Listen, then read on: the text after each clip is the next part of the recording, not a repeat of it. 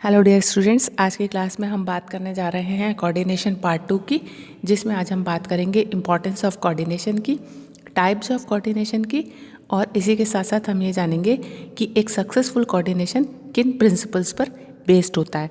तो शुरू करते हैं और सबसे पहले हम बात करते हैं इम्पॉर्टेंस ऑफ कोऑर्डिनेशन की, जिसमें सबसे पहला है to reap the benefits of specialisation, यानी कि विशिष्टीकरण के लाभों को प्राप्त करना। जैसा कि हम जानते हैं कि जो ऑर्गेनाइजेशंस होते हैं उनकी वर्किंग स्पेशलाइजेशन पर बेस्ड होती है, यानी प्रत्येक विभाग और प्रत्येक व्यक्ति अपनी विशिष्ट योग्यता और दक्षता के आधार पर विशेष प्रकार के कार्यों को ही करता है। Every specialist concentrate on his own function with little regard to other functions and departments. In such a situation, it becomes necessary for a manager to coordinate the work of all the specialists and departments in order to reap the benefits of specialization. Second is to integrate performance of interdependent units. Similarly, जो अंतर संबंधित इकाइयाँ होती हैं उनके कार्यों को भी एक करने के लिए समन्वय महत्वपूर्ण होता है। In some organizations, the performance of one department depends on the performance of another department. तो इस तरीके से जब उनकी डिपेंडेंसी दूसरे डिपार्टमेंट पे होती है तो इन सब के कार्यों को यूनिट करने के लिए, यूनाइटेड करने के लिए, एक करने के लिए कोऑर्डिनेशन रिक्वायर्ड होता है। To reconcile difference in approach, कि काम करने की अलग अलग शैलियाँ होती हैं, विचारधाराएँ होती हैं और अपने अपने थॉट से व्यक्ति या डिपार्टमेंट काम करते हैं, लेकिन अल्टीमेटली वह ऑर्गेनाइजेशन के एम के अकॉर्डिंग होना ज़रूरी है। तो अलग अलग शैलियों, अलग अलग विचारों से जो काम किया जा रहा है उसको अल्टीमेटली एक करने का और कोऑर्डिनेट करने का काम जो करता है वह समन्वय की एक्टिविटी के द्वारा या कोऑर्डिनेशन के द्वारा किया जाता है। Sometimes every individual tries to achieve organisational goal in his own way, style और method. This happens due to the difference in approaches to और perception of the problem. In such a situation, manager needs to reconcile the difference in approach of every individual with the general approach in order to maintain unity of action in the organization. And the next is to reconcile the difference in interest. Similarly, कि जो व्यक्ति होते हैं उनके अपने अपने हित होते हैं, इंटरेस्ट होते हैं, जिनकी वजह से वह ऑर्गेनाइजेशन में काम करता है, तो उनके हितों को संगठन के हितों के साथ में जोड़ने के लिए समन्वय की आवश्यकता होती है। To ensure the total accomplishment, इसी तरीके से प्रत्येक व्यक्ति और प्रत्येक विभाग अपने अपने काम करता है और उनके कामों को मोर इफ़ेक्टिव बनाने का जो काम होता है वो कोऑर्डिनेशन के थ्रू हो सकता है। इन सारे कार्यों को इफ़ेक्टिवली अकम्प्लिश करने का या लेने का या उनका रिजल्ट या आउटपुट को कलेक्ट करने की जिम्मेदारी कोऑर्डिनेशन की होती है। तो इस तरीके से जो कोऑर्डिनेशन होता है वो इस चीज़ को इंश्योर करता है कि टोटल अकम्प्लिशमेंट हो जाएगा। Coordination is important to bring about total accomplishment in the organization. Total accomplishment results when the accomplishment of an organization is greater than the sum of the accomplishment of its individual employees or departments.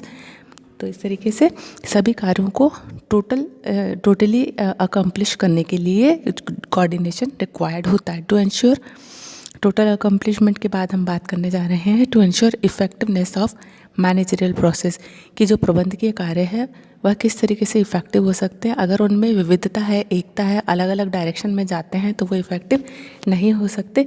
तो managerial process को effective बनाने के लिए coordination का होना ज़रूरी होता है। The effectiveness of the whole managerial process depends on the quality of coordination of each step of the management process, planning, organising, directing and controlling.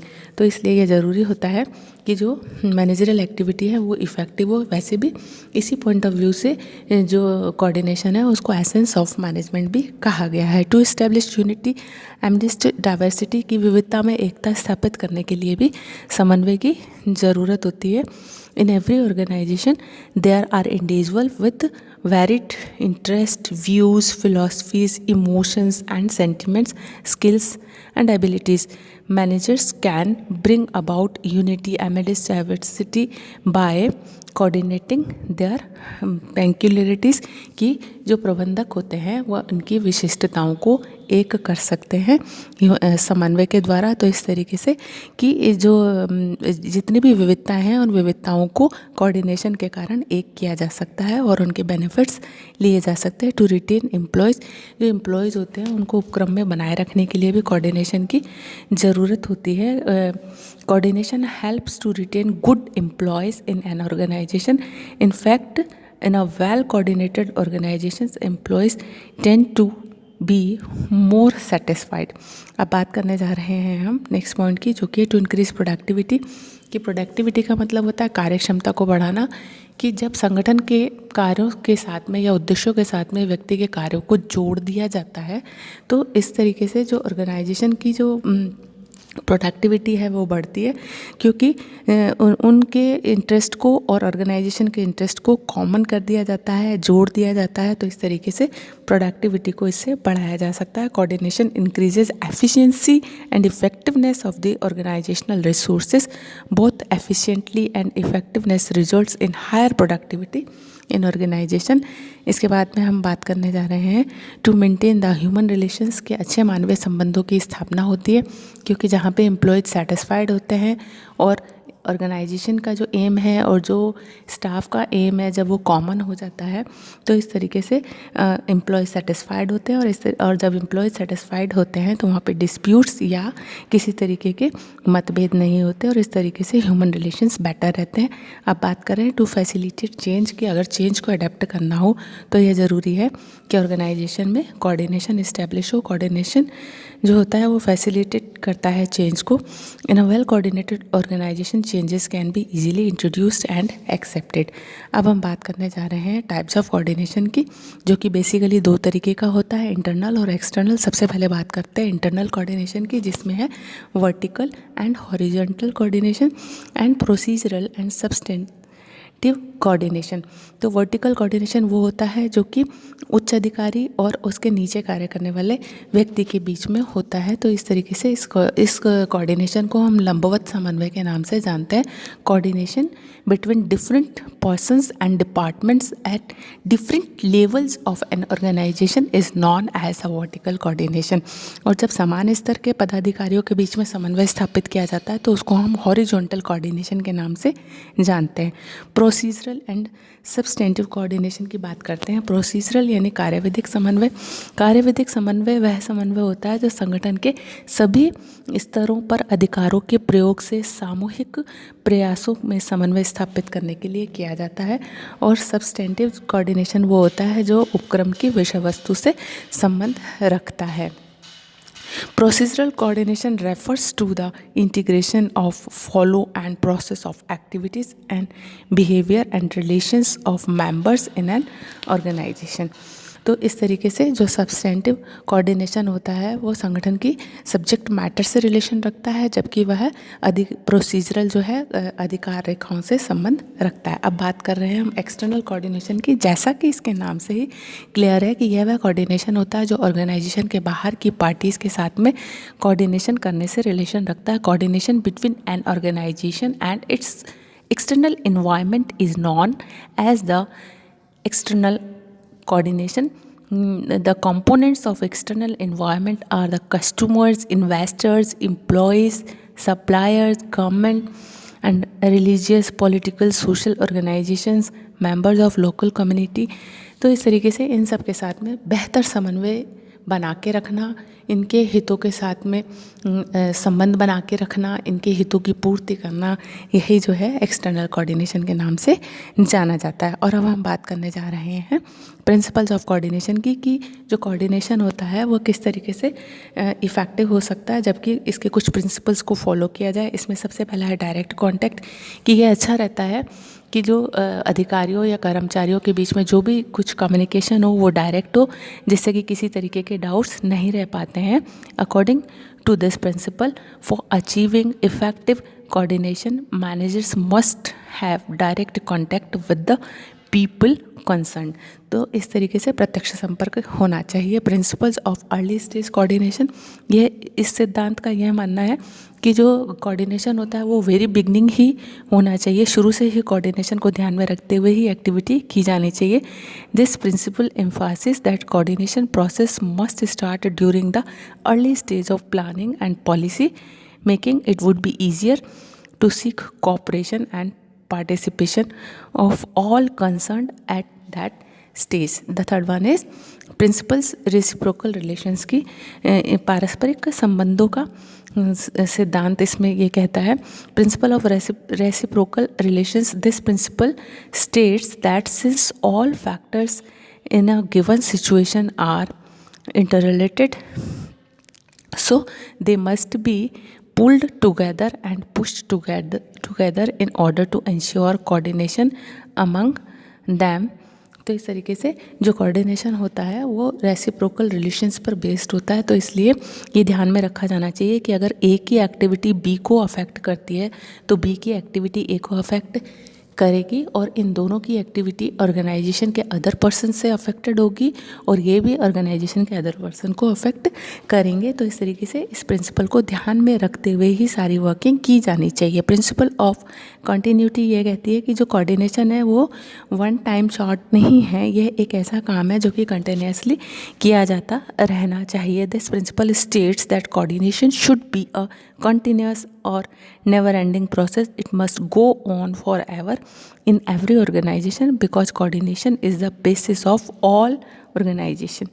And the next is principle of democracy यानी प्रजातंत्र का सिद्धांत। According to McFarland, coordination should not be forced by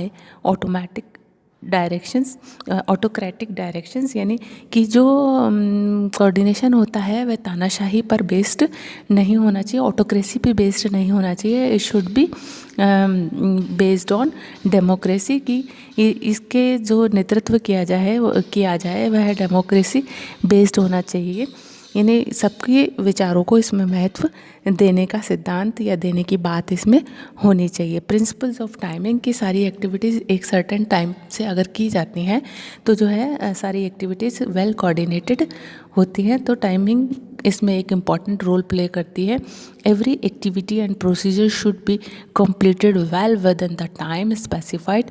ultimately actions create problems in the smooth process of coordination. तो इस तरीके से कि जो अनटाइमली एक्शंस होते हैं वो प्रॉब्लम को क्रिएट करते हैं, तो इसलिए टाइमली एक्शंस ही किए जाने चाहिए जिससे कि काम जो है स्मूथली हो सके। अब इसके बाद में हम बात करने जा रहे हैं प्रिंसिपल ऑफ बैलेंस की, कि संतुलन का सिद्धांत की coordination should be balanced, it should be extend in a balanced way to all the parts of the organization. It should operate horizontally as well as vertically. अब बात कर रहे हैं प्रिंसिपल ऑफ डायनामिज्म, यानी कि जो कोऑर्डिनेशन किया जाए वो गतिशीलता के सिद्धांत पर हो। Coordination process must be dynamic, it should be adaptable to the ever changing circumstances in the environment. अब बात करने जा रहे हैं वेल डिफाइंड ऑब्जेक्टिव की। कोऑर्डिनेशन तभी इफेक्टिवली हो सकता है जबकि उद्देश्यों में स्पष्टता हो। साउंड ऑर्गेनाइजेशन स्ट्रक्चर, जो ऑर्गेनाइजेशन का स्ट्रक्चर है वो वेल डिफाइंड और क्लियर होना चाहिए। अगर उसमें कोई एम्बिग्युइटी है, अस्पष्टता है, तो फिर कोऑर्डिनेशन इफेक्टिव नहीं हो सकता। इसलिए ऑर्गेनाइजेशनल स्ट्रक्चर जो है वो बहुत ही क्लियर होना चाहिए। The design of organisation structure should be sound but simple.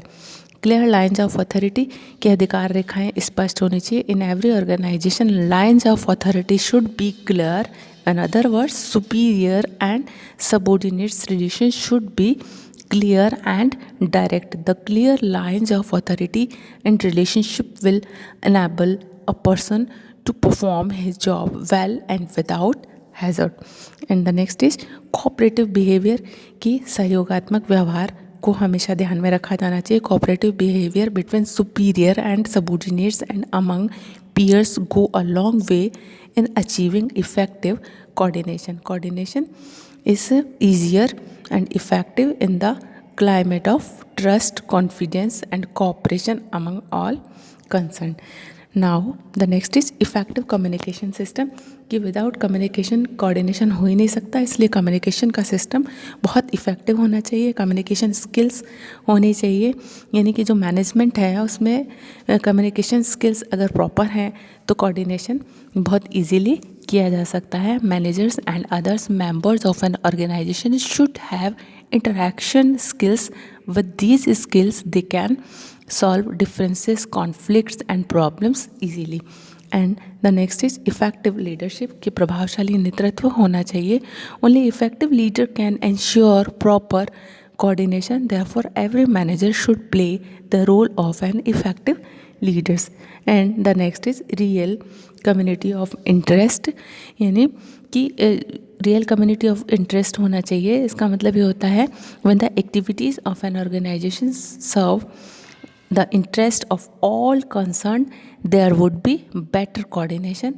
In other words, coordination can best be achieved if the members of the organization know how and why the attainment of the purpose is essential to the welfare of all.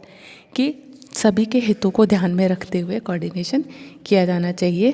तो अगर इस reality पे based coordination होता है तो coordination अपने आप ही success होता है. So real community of interest का प्रिंसिपल फॉलो किया जाना चाहिए. According to James Mooney, coordination must be based on a real community of interest की हितों पर ध्यान देते हुए यह किया जाना चाहिए. Thus when the activities of an organisation serve the interest of all concern, सभी के हितों को ध्यान में रखते हुए किया जाता है तो कोऑर्डिनेशन अपने आप ही सफल होता है. तो इस तरीके से इन सिद्धांतों को ध्यान में रखते हुए कम्युनिकेशन को कोऑर्डिनेशन को अडेप्ट किया जाना चाहिए. अगर कोऑर्डिनेशन इन सिद्धांतों पर बेस्ड होता है तो वह उसके जो आउटपुट है वह अच्छे आते हैं और इस तरीके से ये अपने आप में एक सफल काम प्रूव होता है.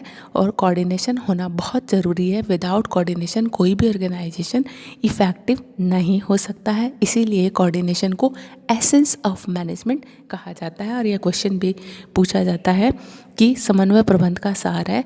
इस चीज़ को, इस सेंटेंस को आप एक्सप्लेन करें. That coordination is the essence of management, explain this sentence. इस तरीके से ये क्वेश्चन भी आपसे पूछा जाता है. तो that's all for today. Thank you.